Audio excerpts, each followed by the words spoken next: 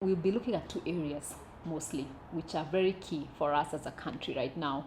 And it's agricultural productivity and moving our agriculture from what it is, from primary agriculture to more productivity, to the whole value addition.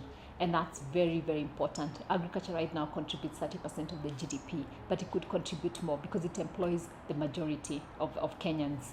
When you look at tea alone, Kenya is the leading tea producer in sub-Saharan Africa, and produces it's one of the largest world producers of black tea. And so we want to enhance that so that we can start getting more out of what we're producing. So that's one of the areas we'll focus on. The second one is infrastructure financing. Infrastructure is expensive, and so the country has done so well, from about 1% of the GDP to almost about 7% right now going into infrastructure. But that's still a drop in the ocean for all the infrastructure we need as this country if we're going to get to be an industrialized country in 2030. And so this is an opportunity for us to showcase our infrastructure opportunities, to bridge the gap, bring the private sector together, who can contribute a lot in this infrastructure construction, but also the development financial institutions to be able to fund this infrastructure.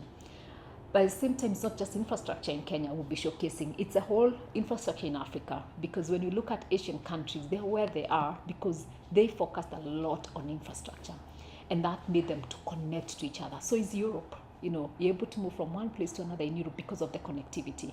And we realized for Africa, for us to be one as a continent and to be able to grow our intra-Africa trade, which stands about 12% right now, infrastructure is most important. And so that's an area that we will be looking at.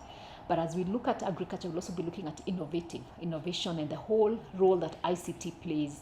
And so ICT will feature as a foundation especially in both infrastructure and agriculture, but mostly in agriculture productivity. So that's really what we'll be looking at in doing. And then share that, what will have come together that with the heads of states on 28th during a plenary when they'll meet the private sector of Africa.